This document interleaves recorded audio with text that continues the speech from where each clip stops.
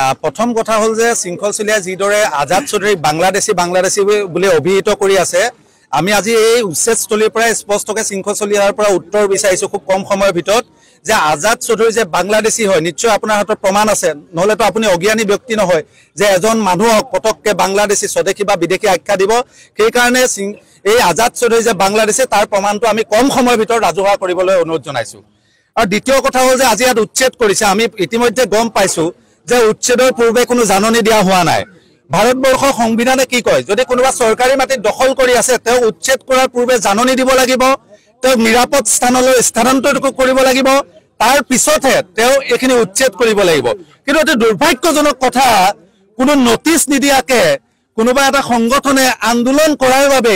দুদিনতে আহি পেলাই যোৰহাট পৌৰসভাই অবৈধভাৱে আজি উচ্ছেদ কৰিছে তাৰ জলজল পটপটকৈ স্পষ্টকৈ প্ৰমাণ হৈছে এটো কাৰণে যে আমি বিভিন্ন সময়ত দেখি আইছো আজাদ চৌধুৰীয়ে স্পষ্টকৈ কৈ আছে যে মোক যোৰহাট মিউনিসিপালিটিয়ে লিজতে দিছে মই অবৈধ দখল কৰা নাই কিন্তু তাৰ পাছতো একাংশই কৈ আছে যে আজাদ চৌধুৰীয়ে অবৈধ দখল কৰিছে নিশ্চয় সেইসকলৰ জ্ঞানে অবৈধ দখল আৰু লিজৰ মাজত যে এটা পাৰ্থক্য আছে সেই পাৰ্থক্যটো তেওঁলোকে নাজানে কাৰণে তেনেকুৱা ধৰণৰ কথা কৈছে আমাৰ কথা স্পষ্ট উচ্ছেদ হ'বলৈ আছে যে সামগ্ৰিকভাৱে যোৰহাটত যিমান অবৈধ দখল আছে সকলো উচ্ছেদ হ'ব লাগিব কেৱল আজাদ চৌধুৰীৰ মাটিকণ উচ্ছেদ হ'লে নহ'ব আজি আজাদ চৌধুৰীৰ কাষতে বহুতখিনি অবৈধ দখল আছে সকলো উচ্ছেদ হ'ব লাগিব আৰু এটাইতকৈ দুৰ্ভাগ্যজনক কথা যে যোৰহাট মিউনিসিপালিটিয়ে লিজত দিয়া কাগজ পত্ৰ আছে 2018 চনতে লিজত দিছে আকৌ তেওঁলোকে তাৰ এগেইনষ্টত ৰেভিনিউ লৈছে কিন্তু তেওঁলোকে আহি পেলাই আজি অবৈধভাৱে উচ্ছেদ কৰিছে তেওঁক এটা সময় নিৰ্ধাৰিত এটা সময় নিদিলে তাৰ পৰা এটা কথা প্ৰমাণ হৈ গৈছে যে এই চৰকাৰখনে হয়তো আজাদ চৌধুৰী হোৱাৰ কাৰণে নামৰ আগত মোহাম্মদ কিবা থকাৰ কাৰণে হয়তো এনেকুৱা আক্ৰোশমূলকভাৱে একে নিশাৰ ভিতৰতে আন্দোলন হোৱাৰ পিছত দুদিনৰ পাছত কোনো জাননী নটিচ নিদিয়াকে কোনো নিৰাপদ স্থানলৈ স্থানান্তৰিত নকৰাকে যে উচ্ছেদ কৰিছে তাৰ পৰা কিন্তু প্ৰমাণ হৈ গৈছে আমি যোৰহাট মিউনিসিপালিটিক খকিয়াই দিছো আমি অসম চৰকাৰ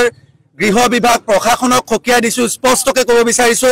যে উচ্ছেদৰ আমি বিৰোধিতা নহয় উচ্ছেদ হ'ব লাগে কিন্তু বৈধভাৱে উচ্ছেদ হ'ব লাগে আৰু যোৰহাটত সমগ্ৰ যোৰহাটত যিমান দখলামুক্ত হৈ আছে যিমান চৰকাৰী ভূমি দখল কৰি আছে যিমান মিউনিসিপালিটি ভূমি দখল কৰি আছে সকলো উচ্ছেদ হ'ব লাগে কেৱল আজাদ চৌধুৰী বাসগৃহ কিয়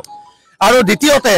অসম চৰকাৰে এখন বিশেষ আইন প্ৰস্তুত কৰিব লাগে এই যে কোনোবাই কাৰোবাক কিবা টকা ডিমাণ্ড দিয়াৰ পাছতে যে কিবা কিবি নিদিলে কোনোবা ঠিকাদাৰে 2 টকা কাম কৰি ঘটা দেখি চকু হোৱাৰ পাছতে তেওঁক পইচা বিচাৰিলে নিদিলে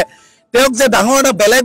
বেলেগ স্থান লগাই দিয়ে বিশেষকৈ নামৰ আগত মোহাম্মদ দেখিলে যে বাংলাদেশী স্বীকৃতি লগাই দিয়ে যদি প্ৰকৃত স্বদেশীক কোনোবাই বাংলাদেশী বুলি অপবাদ দিবে তেতিয়া তাৰ বিৰুদ্ধে এখন কঠোৰ আইন আনিব লাগে যাতে অনাগত দিনত এনেকুৱা ধৰণৰ বেয়া কথাবিলাক যাতে কোনো ক'বলৈ সাহস নকৰে আমাৰ কথা স্পষ্ট শৃংখল চলিয়া অতি কম সময়ৰ ভিতৰত উত্তৰ দিব লাগে যে তেওঁৰ হাতত যে এই আজাদ চৌধুৰী বিদেশী বুলি কৈছে বাংলাদেশী বুলি কৈছে বাংলাদেশৰ তেওঁৰ জন্মৰ প্ৰমাণপত্ৰ বাংলাদেশৰ সিটিজেনশ্বিপৰ প্ৰমাণপত্ৰ আমাক দিয়ক ৰাজহুৱাকে অন্যথা কিন্তু ইয়াৰ বিৰুদ্ধে প্ৰতিবাদ হ'ব তেওঁ কোৱা নিচিনাকে আমিও ক'ব বিচাৰিছো ইয়াৰ পৰা প্ৰতিবাদ উলিয়াম সমগ্ৰ যোৰহাটত প্ৰতিবাদ হ'ব সমগ্ৰ প্ৰয়োজন সাপেক্ষে অসমত প্ৰতিবাদ হ'ব আৰু গণতন্ত্ৰৰ শেষ স্তৰলৈকে প্ৰতিবাদ হ'ব যে এই এনেকৈ মানুহৰ নামৰ আগত কিবা দেখিলে যে যধে মধে অবৈধভাৱে কিছুমান ইলিগেশ্যন অনাৰ কাৰণে ইয়াৰ বিৰুদ্ধে